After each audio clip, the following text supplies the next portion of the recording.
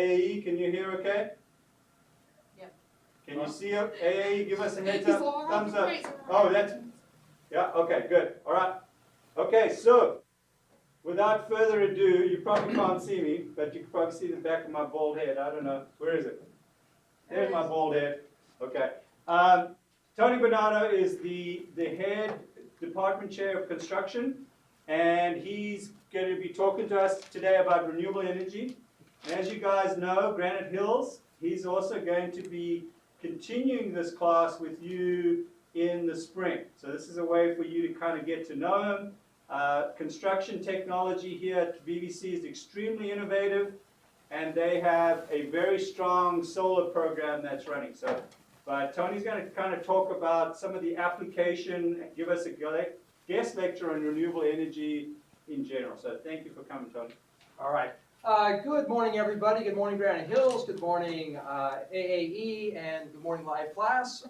We're going to talk about renewable energy today. And so where I came from on the renewable energy side is I'm a political science major in college, and I noticed that a lot of wars were caused by fuel, by energy, by seeking power and leverage. And I also lived through the 70s where we had oil crises. And so gasoline shot up from like 50 cents a gallon to like $1.50, $2 a gallon. And we were actually in lines to get gasoline. I also have been up in the high desert for 46 years. And so back then, we did not have stores up here. We had like 4 or 5 stores in Victorville, and that was it. And so we would go down to San Bernardino to go shopping at Christmas time or before back to school. And when we would go down there, the smog was so thick that you would literally be in the parking lot and you could barely see the outline of a mall. You would just see the hazy outline. And that was the way we lived our lives in 1978, 1980. And so when you bring all that together, you start to realize how important renewable energy is. So at the college, we have a program for renewable energy, but we also have one for photovoltaic solar, where you can learn how to do the installations. And it's a really great way to start a construction career if you like to work with your hands and you want to do something good for society. So today we're going to talk about renewable energy and do like a little, just kind of jump through where we are, what's going on with the technology, and then you know, if you have questions and stuff, we'll work through that. So, all right. First question you might ask yourself is, why should we transition to renewables?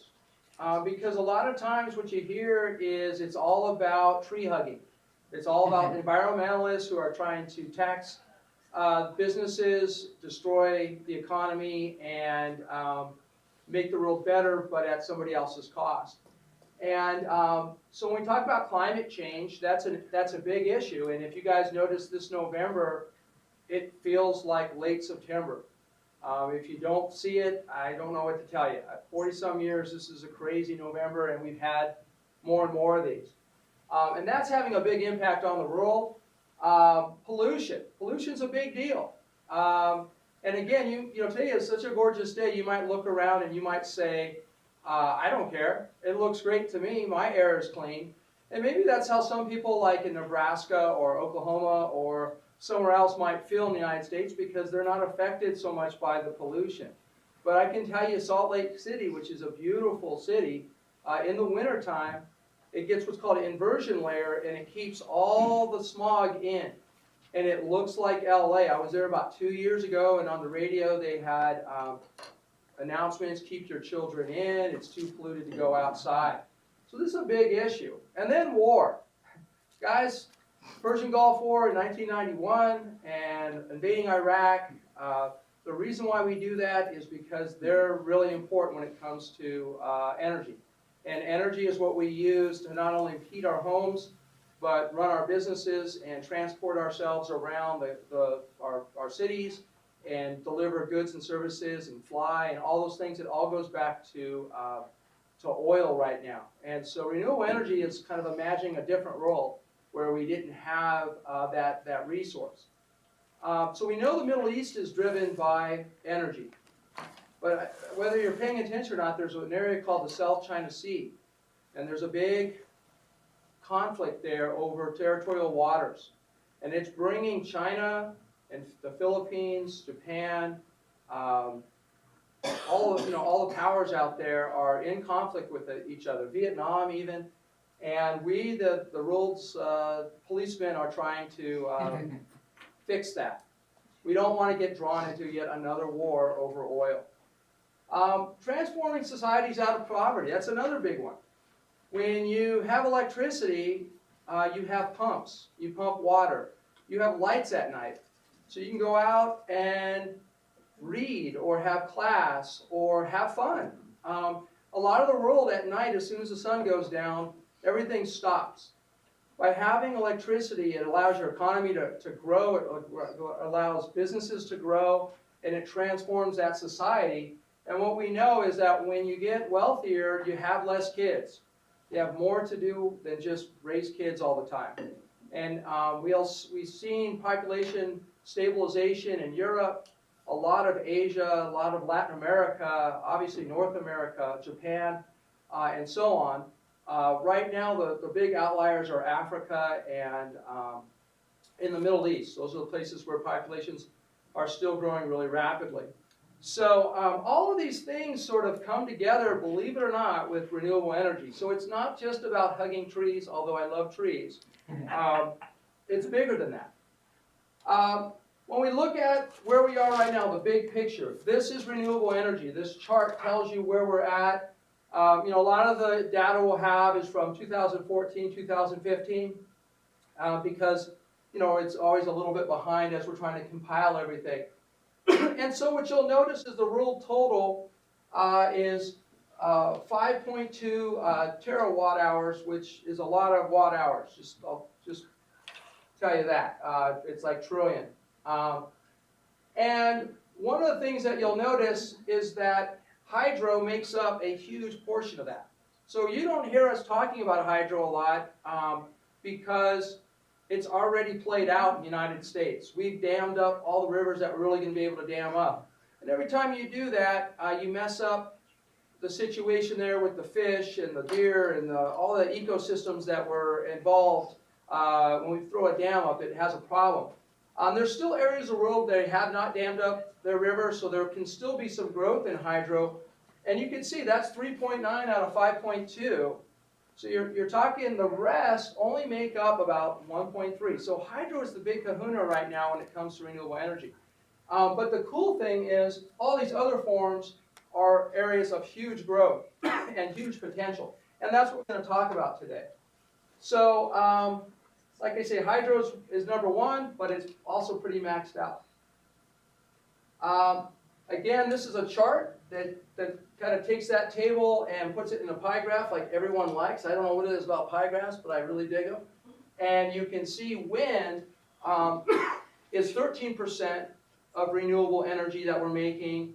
Bioenergy is 8%, solar is 4%, and then geothermal is just 1%.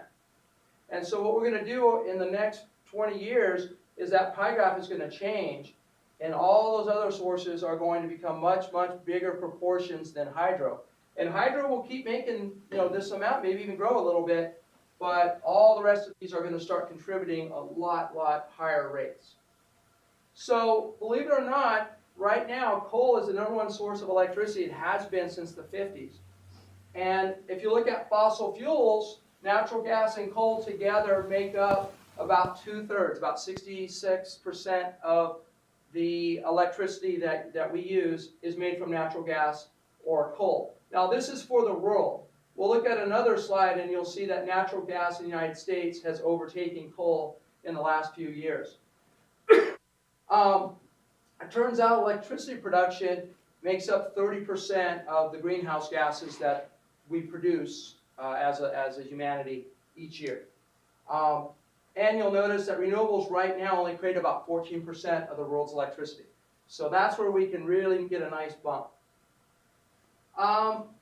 So again, this is looking at some charts, and you can see hydro is the dark blue, and it dominates. But the cool news is if you look over here to the right, you'll see that wind has grown a lot, 12%. Solar has grown by 39%. Bioenergy is a little bit at 3%, and geothermal at 7%.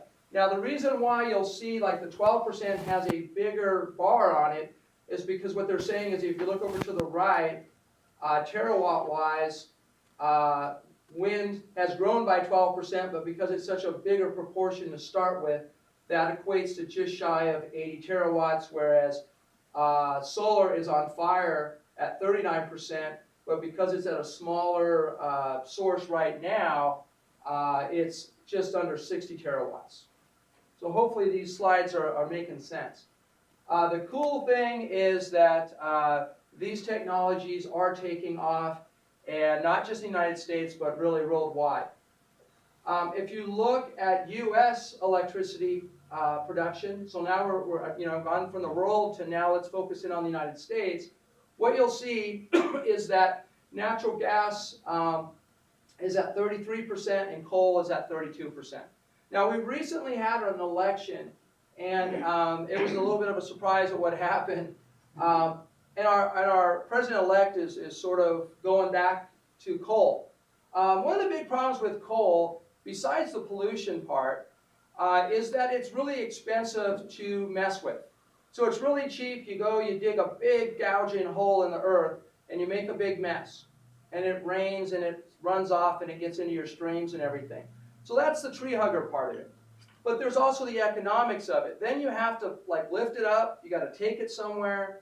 You got to load it on a train. You got to ship it somewhere. Then you have to unload it, put it in a big pile, and then you have to load it into the plant. That's a lot of loading, and that's a lot of labor, and that costs money. When you look at natural gas, what's cool about natural gas is you put a pipe in the ground, and then that's it. You just pipe it, and then somebody turns a valve somewhere, and it pops out. So it's a lot more efficient to move natural gas around than it is coal, even though the raw material coal is pretty cheap. All the other costs sort of add up. Another area, nuclear, that we won't talk about today, cool thing about nuclear is pretty steady. You'll see about 19% of our energy comes from, or our electricity comes from nuclear. It doesn't produce any pollution as far as emissions. The big problem with nuclear is after you're done, you have waste, and then you have to do something with that. And we still haven't quite figured out what to do with that. We've talked about launching it out into space, but every once in a while there's an explosion, and that would be bad. So right now we're kind of digging holes and putting it in tanks there, and that's a big problem. One area I do want to focus in on is, again, if you look at non-hydro renewables at 8%, that's a huge sea change because we've just passed hydro. We're actually producing in the United States more renewable energy with solar and wind and geothermal than we are with hydro. And so if you look together, renewable energy and hydro together is about 14%, and so we're on our way up. So this is good stuff. All right. See, I even drew a circle. I was so excited about that, and I wanted to share that with you. All right.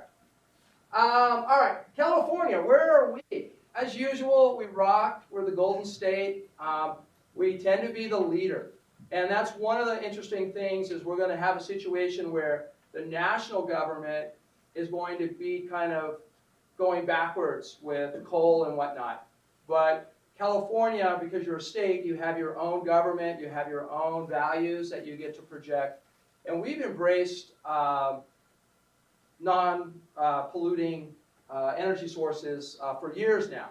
And that's why we're the leader in the country. And so you can see right here, California's up at 5% of our electricity just from solar. And we compare that to the next 4 states, and we're kind of blowing them out of the water. Arizona actually has a pretty robust utility scale solar programs going on. So right now, California is about half of the entire country's solar is done in California. And this graph here just shows you how things have changed.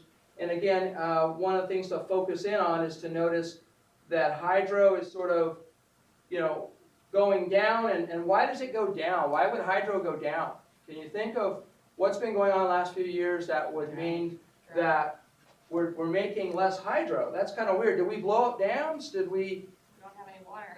We don't have any water. So no water, no hydro. So if we don't get a lot of rain, then we're not, and snow, we're not going to have that water that's up on a mountain coming down that we can drive a turbine and make electricity with. But you'll also notice that wind has grown significantly. Of course, the big one is solar, but it's interesting to see how the mix has changed over just the last 5 years. So again, another thing to point out with California is how we conserve electricity. So you hear people talk about regulations. You hear them talking about how California is difficult to do business with because it costs so much money to do business here. But if you're a business that has more or less half the energy costs as your competitors, it actually becomes a competitive advantage. Because while your company that wasn't, I don't want to pick out a state and just say that state, but state X, who wasn't required to be energy efficient, they were allowed to build their building cheaper. At first, that's an advantage for them. But as time progresses, if you're sitting here as a business and every month your energy costs are half of what your competitors are, you'll see that they're using more and more electricity each year and being less efficient, and we're actually being more efficient. So interesting how all this works. So California versus the rest of the nation. Efficiency works. Solar thermal. So now we're going to talk about, we're going to kind of walk through different types of ways of making electricity. So when we talk about solar thermal or photovoltaic, there's some confusion. They both turn sunlight into usable power. And so with solar thermal, what we do is we turn sunlight into heat, and we're going to heat up some kind of a fluid, and then we're going to do something with it. Sometimes we take a shower with it. Sometimes we make soup with it. Like if you're a Campbell's soup, you go through a lot of water, and so you have to cook that stuff up, and so they actually have solar thermal plants, and they take that water and they heat it up, and then they use it for their production. A lot of times we'll do is we'll turn it to really, really hot water, and then we'll use that to turn to steam, and then we'll turn a turbine. Photovoltaic does something pretty cool. It turns light directly into electricity. And so when you look at somebody's house, they're going to have photovoltaics on top of the roof. That's going to make electricity. They might have solar thermal as well, and that's going to make hot water that they're going to use for either showers or heating their pool. Utilities for solar thermal are going to make electricity. Businesses, like I said, hot water. And then homes are going to use it to make hot water as well. And again, if you look at the system here, it just shows you what's going on is you heat the water up, it's going to go into a storage tank, and then it'll be used for whatever purpose you have, and then you'll circulate in cooler water, and it becomes a process. The cool thing with solar thermal is it will store that heat, so even though the sun might have gone down a couple of hours ago, you still have hot water because it will cool overnight, but it'll be insulated enough to where it'll hold its heat for quite a while. Typically when you talk about solar thermal, what you're talking about is concentrating that sunlight onto a small area. And what they'll do is they can increase it to up to like 1,500 times more powerful. If any of you have done experiments with a magnifying glass and a leaf or even an ant, you know what I'm talking about. If you concentrate the sun's power, you could make a fire if you want to. So that's what they do. They have mirrors and they focus it in on a pipe like we see here, and then the fluid that's in that pipe gets really, really hot. We circulate that fluid over and over again. And a lot of times that fluid is not water. A lot of times it's something like oil. And the reason why is it doesn't corrode, and it's a lot easier to work with it, and also can maybe absorb more energy than water can. Then it'll go to a heat exchanger, and there'll be another set of water that circulates there and gets really hot. It gets turned to steam, and then it'll blow onto a turbine, and the turbine will spin, and when it does, it will create electricity that we will then send off to the grid. Yes? Is that what's right outside of the Nevada-California border? Is it this type of system? Yeah, in Ivanpah, I think that's what you're talking about. It's a different system that we're going to get to in just a second. They're going to actually have a tower system. But we do, if you go to Four Corners, on 395 and 57, there, where it crosses there's like an Astroburger there, it used to be. There's a big plant there, it was one of the first ones, and it uses a trough system. So there's two different technologies that they use, even on the solar thermal. This is Ivanpah that you just brought up, which is fantastic. And Ivanpah, if you haven't gone to Vegas recently, is amazing. They have all those mirrors, there's thousands of them. They're called heliostats. And what they do is they reflect all the sunlight onto a very small area. And that creates a tremendous amount of heat. And they're using molten salts instead of water as the working fluid. And what they do is it circulates up that tower, it gets super hot, and then it goes down, and they have a whole production facility underground where they do exactly the same thing. They have a water going by it that gets super hot, that's going to go through a turbine and turn it and make electricity. And then the steam will actually get released out, which is, it lost. So it does use up some water when it does that. All right. So there's two plants, and again, this is a new technology, and so far it's been pretty successful. One of the things that they did do is they combined it with a natural gas plant. So then maybe at 9, 10 o'clock at night, they can actually use natural gas while the sun's set and still make more electricity. Good stuff. Is that the one that had trouble with the birds, though? Yeah, good question. Are there issues? Yep, there's issues. Like if you're a bird and you fly between those mirrors and that tower, you are going to become a cooked bird. So they have, I don't know, you never know with this stuff because there's so much politics with it where you have people that want to say that it's horrible and it's killing the birds. But yeah, they have definitely had some kind of issues. Other issues that they had was because it took up so much space, there's concern about the footprint. Because every time we take natural land and we mow it down and we do something with it, there were animals, plants, an ecosystem that existed there, and now obviously it has been transformed, and that's a problem. So that ends up being one of the issues that solar thermal struggles with.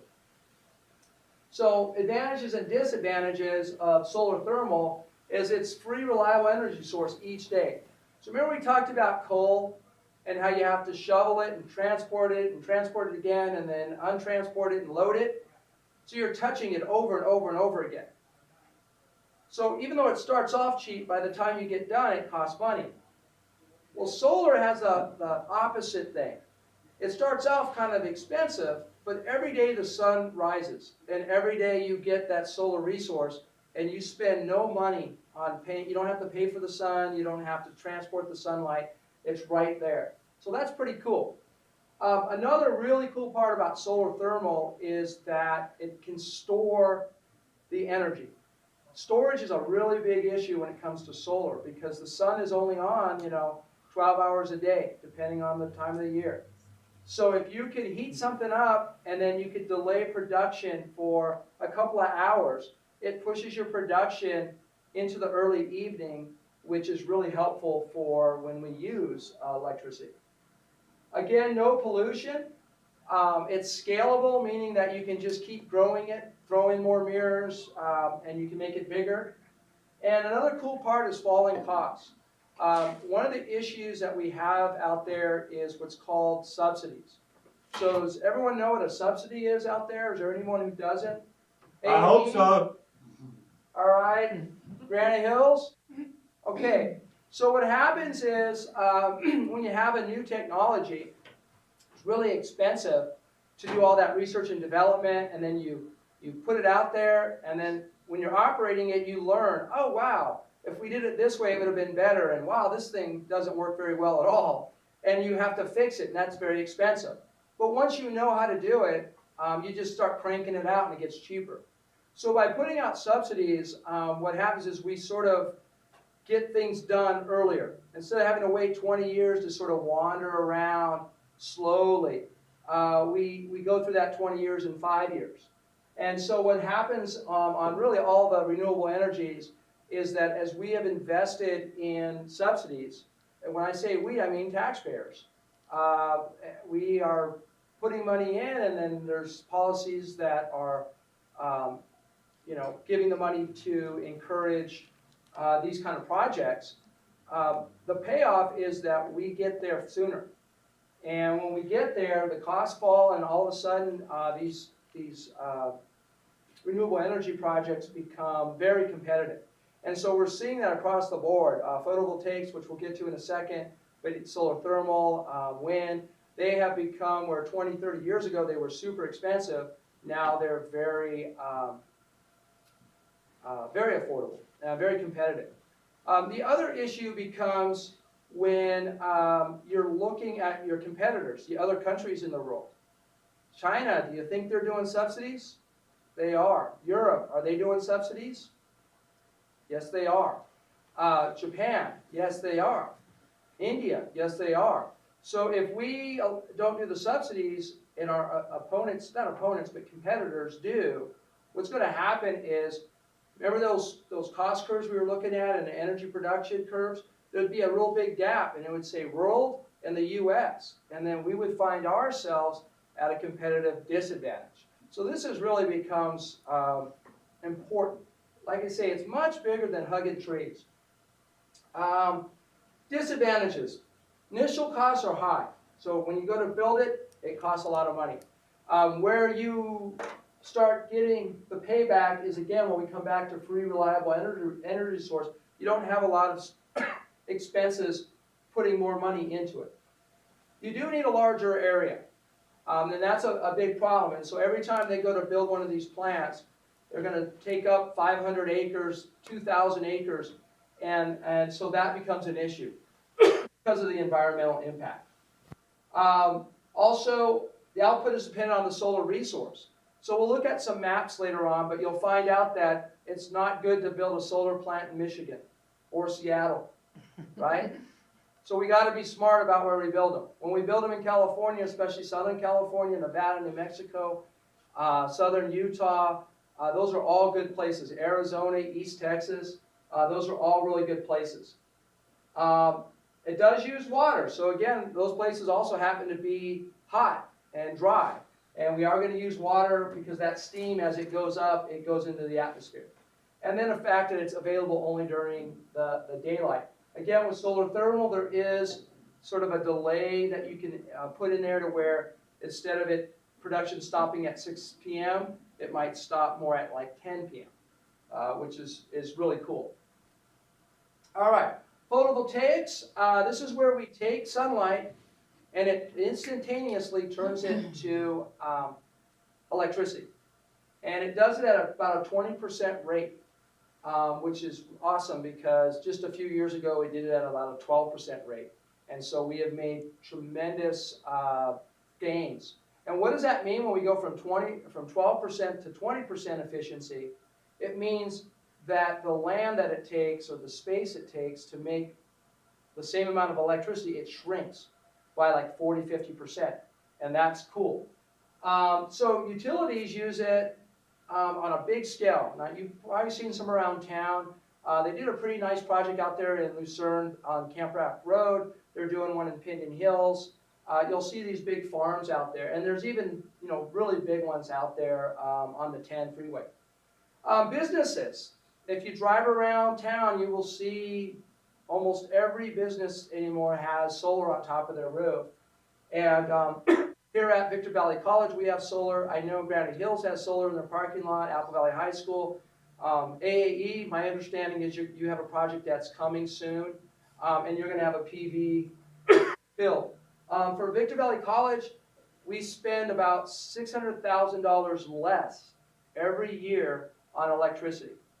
And so because we saved that 600 grand, we can use that for other things. So same thing's going to happen at your school, is instead of sending your money to an electricity bill, you're going to be able to have more supplies, sports teams, teachers, those kind of things. And then of course we can use PV on top of a house, and that's pretty cool too. One of the cool things about photovoltaics is the amount of people that are in it right now.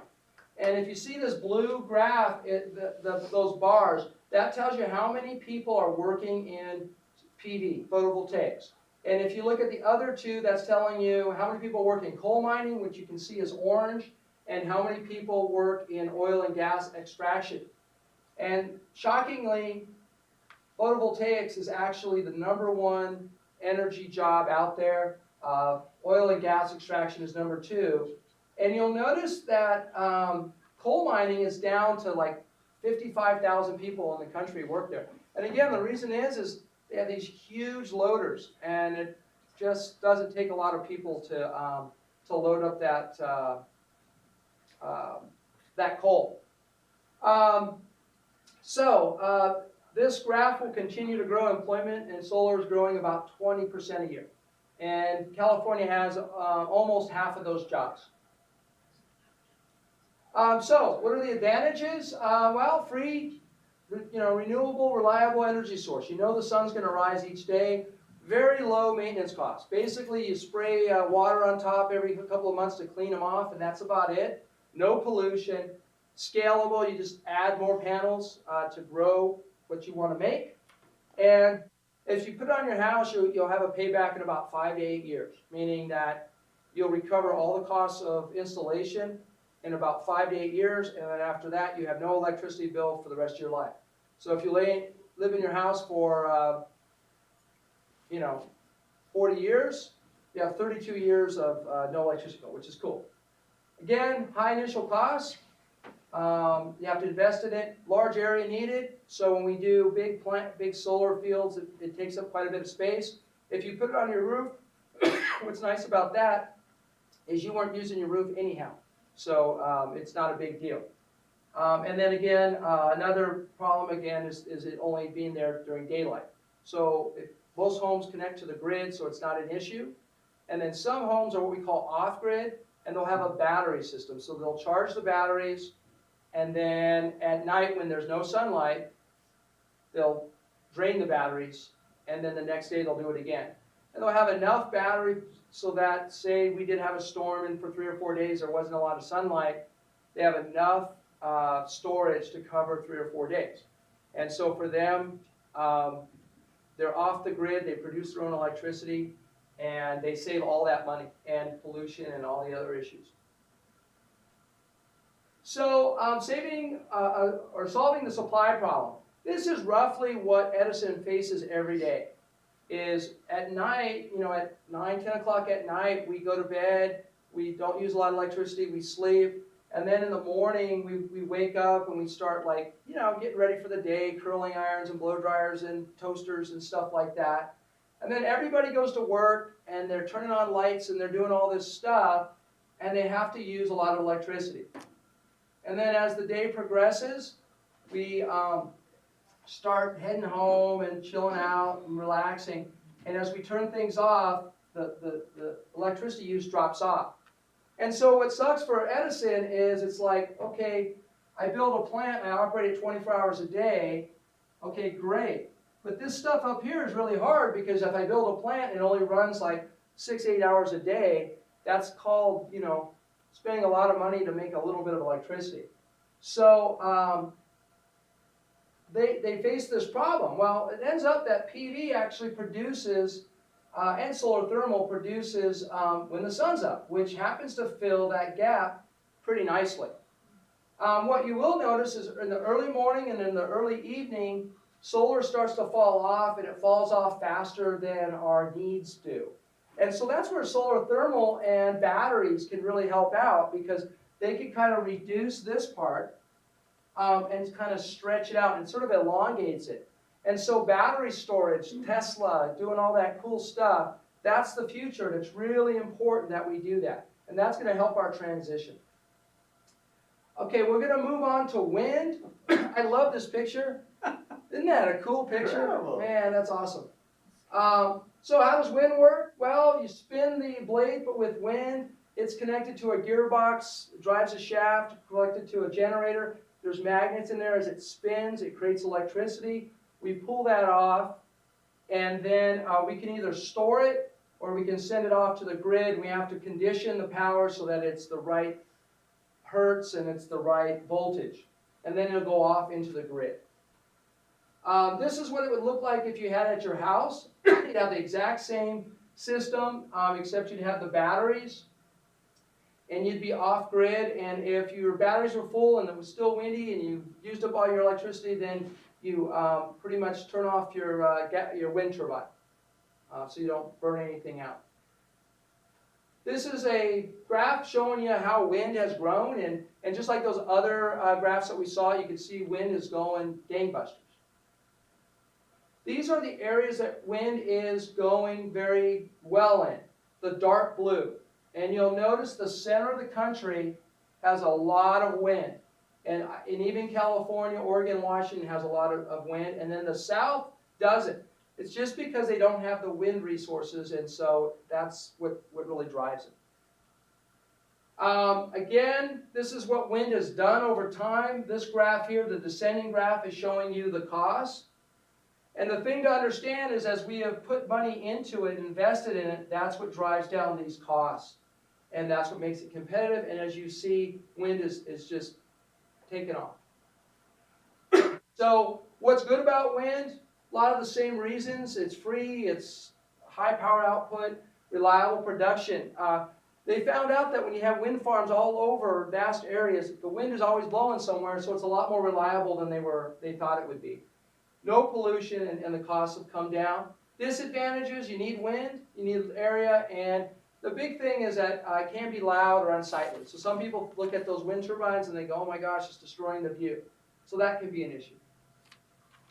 The last one we're going to look at is biomass, and that's where we convert waste bio stuff to some sort of energy. So it might be heat, electricity, or some sort of a fuel. So what you'll notice is as the years have progressed, wood and waste is sort of plateaued out, kind of like hydro, but stuff like ethanol and biodiesel are growing each year. If we wanted to make it into electricity, because that's been our biggest focus, what we're going to do is we're going to burn that bio waste, create heat, and just like before, we're going to turn it into steam, turn that in a turbine, turn a generator, and create electricity. One of the other cool things that we can do with it is pull off some of that heat and turn it to heat something else up. So it could be homes, it could be a plant, it could be a lot of different things. Advantages, utilizing a resource that would otherwise go unused. So in other words, we were going to throw this stuff away anyhow, but now we're using it. What's really nice is it's controllable and we could use it 24 hours a day, unlike wind, which is intermittent, or solar, which doesn't work at night. And it replaces fossil fuels directly, which is a huge advantage. Disadvantage, it does make greenhouse gases, and it's a little bit more expensive. With ethanol, it's really problematic because they use corn, and we eat corn, and pigs eat corn, and so it makes the price of food go up. And there's other environmental effects by producing more corn than we really need to. It causes problems as well. So, again, why should we transition to renewables? I know you guys hear a lot about global climate change, global warming, and all that, and that's important stuff. I'm not trying to discount it, but I want to expand that conversation. What does it mean for your life? What does it mean to live in a place? I mean, look, do you want to live here? This is China, but it actually could have been San Bernardino in 1975, 1980. Okay? Or do you want to live there? And that is the city I want to live in. That's the country I want to live in. And I'm telling you, these wars and the expense that we put into them and the deaths and everything, it's unbelievable. And it's caused by energy. So if everybody can make their own energy, we're not going to be competing to monopolize fossil fuels, which is what's been going on for about 50 years now. And again, some of these other things, just big picture things, getting people out of poverty, not just here in the United States, but all over the world. And believe it or not, it goes back to renewable energy. And then that's going to stabilize our human population, which is going to make everything pretty chilled out. I'm a big optimist, so I like renewable energy, and I think it's going to have a lot of positive impacts. Again, we looked at where the pollution's coming from. With electricity and transportation, those are the big things that renewables will impact. We're seeing a positive trend in the world. And, things that inspire us. Costa Rica made 100% of their electricity, 100%, for about 250 days last year. Pretty cool. Worldwide, electric cars passed 500,000 units last year, and they think they'll hit 1 million in about 2 years. And we keep growing at 6% a year. U.S. is growing, a lot of positive things. So there's not one answer, but many answers depending on where you live. There's hydro, there's geothermal, there's wind, there's solar. And what's cool is the emerging markets are going to skip the coal era. They're going to skip the natural gas era, and they're going to go straight to the clean, renewable, not fighting over it, ways of making electricity and transforming their societies. So, again, where do you want to live? You want to live here, or do you want to live here? Renewable energy is where we need to go. So, hopefully I know I went kind of quick, but for those that are at Granite Hills, we'll get to really expand on this next term. I'm looking forward to, going through renewable energy with you in a few months and stuff. This was just to sort of whet your appetite for it. So I have to go to a doctor's appointment in about 5 minutes, but that was awesome. And we want to open up the questions, first of all, to Granite Hills, because they will be leaving, and I hope they're believing too. Yeah, I hope so, hey guys, what questions do you have over there? We got a lot of skater, techno geeks over there. What questions do you have for Tony, either about class coming up or renewables? Is that Andy? All right, go ahead, Andy. Andy, is it Paul? Is it Paul? Okay. No, it's me. It's Paul. It's Paul. Okay, sorry, Andy. It's Paul. Go ahead. All right. Would you happen to know how the solar panels work? How it is they make energy out of the sun? Yeah. What happens with solar power is solar thermal is one. It's heat. But with solar photovoltaics, what happens is sunlight, it hits a panel, and you have two sides to a panel, and they're mostly made out of silicon. And silicon has four electrons in their outer shell. What they'll do is they'll dope it with phosphorus, and they'll dope it with boron. And so, if it's boron, it's going to have an extra cell, an extra electron in it. And if it's phosphorus, it's missing an electron. And so what happens when the sunlight hits it, it'll stimulate that electron, get it all excited, and it'll pop off of the panel. We grab all those electrons, we run it through a circuit, and we run it into the back of the panel. So as sunlight hits a panel, these electrons are popping off, and then we use them to make electricity. We use direct current electricity, and then we have to go through an inverter, and it gets turned into alternate for AC. So that's a class, by the way. We can do that for about 10 minutes. All right. Thanks, Granite. Okay, do you have any questions here? Yeah. All right, over at Lewis Center, yeah.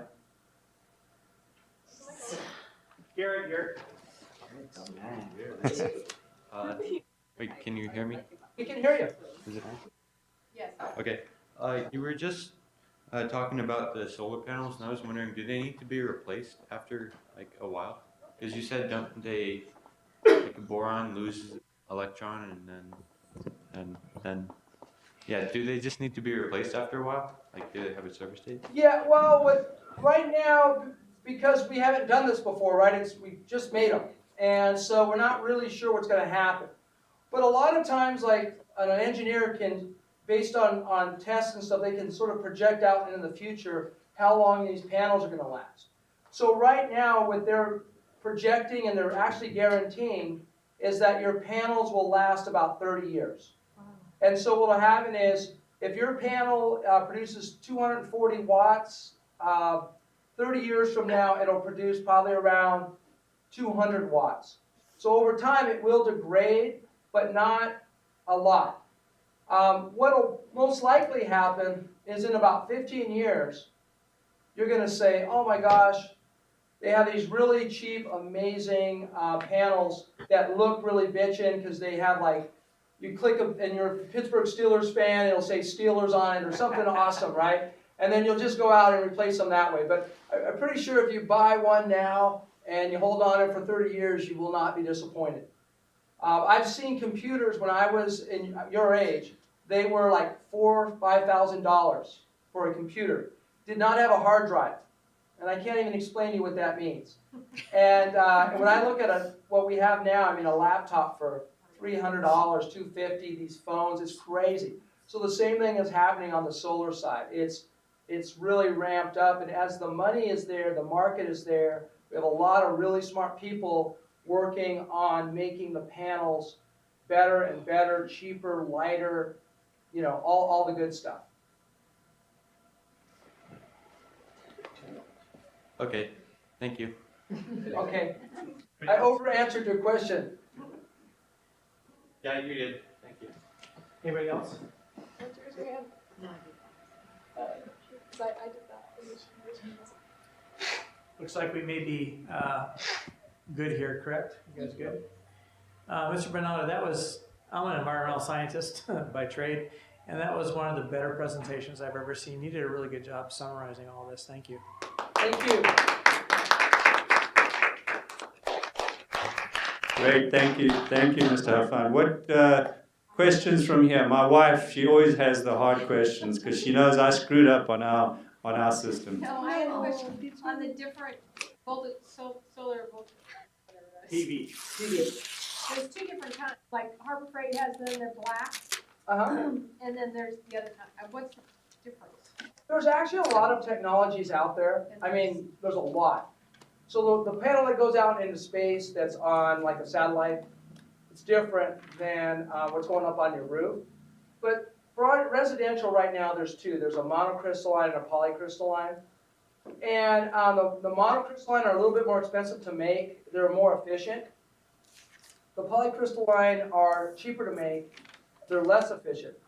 And so what ends up happening is it depends on the area that you need. So what's going to happen with a typical house is you're going to say, hey, I need a 6 kilowatt system, or I need a 7 kilowatt system. And if you go with monocrystalline, it might mean that you have, 22 panels. But if you go with polycrystalline, it might mean that you have 26 panels. So in other words, it'll just be the area it takes up. But at the end of the day, you don't really care. You just want those electrons. And so, that's really how that goes. How about you mentioned a lot about coal, the clean coal technologies. Clean coal is lies. I mean, I'll probably get, but no, there's no such thing as clean coal. It's a marketing gimmick. It's like safe cigarettes. It's like I'm going to put a filter on a cigarette, and that way it's not going to mess up my lungs. It's just a game that's being played. Now, I mean, is there dirtier coal than, dirtier, and dirtiest? Yeah, I'm sure. But when it comes to coal, that whole clean coal thing is so far not even true. And how about the silicon? Is it pretty available in the environment, or is there any? Yeah, silicon is one of the most prevalent. It's sand. Sand is silicon. And what they do is they treat it, they take it and they purify it to where it's pure silicon. And it's the same stuff the same technology that we use to make computer chips. And so solar has benefited a lot from the computer industry because they invented all these clean rooms and everything else to make these really high-end computer chips. Well, now to make a solar panel, that's easy compared to making a computer chip. And no environmental consequences on that? Or- Well, there's always environmental consequences. You know, that chip plant or that solar plant, obviously, it uses energy, it takes up space, it has, you know, waste products and stuff like that. But when you compare you know, what you get when you get done with it over the lifetime of that product, it's kind of a no-brainer. Okay. But there's other things, you know, I mean, a solar panel also has copper in it. We have to mine the copper and then the frame and the glass and all those things. So, I mean, technically there's an environmental impact. But again, over 30 years compared to burning coal or burning natural gas or the other things, it's really a good way to go. Thank you.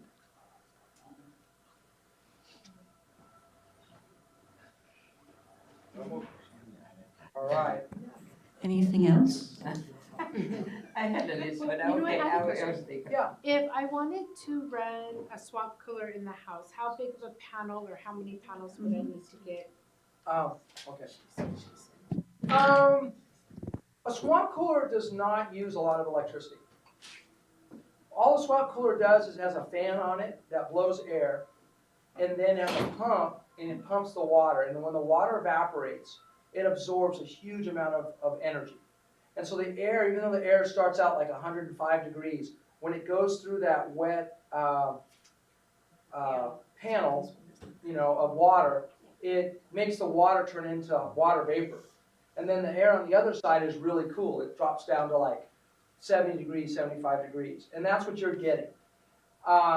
So energy-wise, it really doesn't take much. That pump is probably... It depends on the size of the swamp cooler though, because we have a big one and then most of them are smaller than the ones we have. And it takes, our bigger one takes more energy during the day than. Right, and I'm thinking like probably I'm just trying one... to get away from the AC, because the AC uses But you so can do much also, energy. like we have a portable one that it's converted to 12 volts, so it's just a little, it just takes one little solar panel. Yeah. Oh, okay. And the size of the panel and everything else. Because in other words, if you have a panel that's the size of that desk, it's going to produce like 240 watts, and probably that one panel would be run your swamp cooler. If you have a little panel that's this big, you would have to size it. You know, it's all about sizing. The other issue that would be cool is if you could throw a battery on there. And the reason being is, you know, it's actually, you really feel the heat between like noon and like 8 o'clock at night. Well, the sun, It's up earlier than that. yeah, and so if you could store some of that energy and then blow that air in the evening, it'd be better. And like one thing I did at my house is I would blow my swamp cooler at 2 in the morning, you know, all night, and it would just be, you know, driving in like 60-degree air. And by the time the morning, we'd be actually a little bit cold, but it would sort of fight the summer heat. Yeah. So if you want to put a battery system with that as well. Okay. What type of battery? A special battery for that, or? No, I mean, you're just going to use a 12-volt, a standard 12-volt battery, and you just have to size the system, because everything has to be compatible. Yeah. And I'm sure they have systems I know they have systems online that you can, and what you want to do is understand how big your house is. So there'll be recommendations as to, you know, how big of a system that you should get. Okay. Do you already have a swamp cooler? Nope. Okay. It's my mission for the summer, to have it Okay. done before summer comes. I'm tired of having I have 2 children that are special needs, so I have to keep the house cool. Uh-huh. But my electric bill's outrageous, $500-600, and I have a small house. Yeah. Do you have air conditioner? Yes. Because the swamp cooler will use a lot less. Than Yeah, and that's why I'm thinking to convert to that, but if I'm gonna convert, I might as well convert the right way. But you know, another thing, Michelle, is what type of lights do you use? Because if you convert over to LED, which initially are high cost, but they actually go on sale, like at Costco, Home Depot, they go on sale, you will see The a LEDs. significant drop. And you have to hound the kids too. It's like, excuse me, are you They also still in the don't get hot. bathroom? You know, switch it off, but just by, bulbs don't get hot, like regular bulbs. yeah, it's They get weird. hot. Yeah. and the LEDs don't. Yeah, there's a thing on a watt meter where you can kind of plug it in and see what's going on, and so like if you take like a regular incandescent light bulb, it'll be 60 watts, and you plug it in, and within a few seconds, it starts to warm up, and after 10 seconds, it's really hot. And what's happening is the electricity's going in there, and instead of turning it into light, it's turning most of it into heat. And then right next to it, you can plug in a fluorescent light bulb. And you'll turn it on, you'll get a lot of light out of it, and then you touch it, and it's a little warm, but not bad. And then if you look, it's burning like 11, 15 watts. You put an LED light bulb in there, it doesn't feel warm at all, and it puts out light, and it burns about 3 watts. Wow. Excuse me, you can go to HEAP. HEAP have a program that'll do that for you. Yeah. And they'll even come out and test your house and tell you where the energy is used at. They'll give you light bulbs, they'll give you a lamp. If you have a lamp in your house that's like hazardous, they'll take it, cut the cord, give you another one. They'll do that swamp cooler for you. They'll do the installation in your attic, but you would have to get the owner's permission if you don't own your home for them to come out and install We it, can but it's probably all stop on the free. recording industry. It's a Because free nobody else program. is. Yeah, I haven't Yeah, used they're all tape in a long time. I'll Thank reach you out very to much.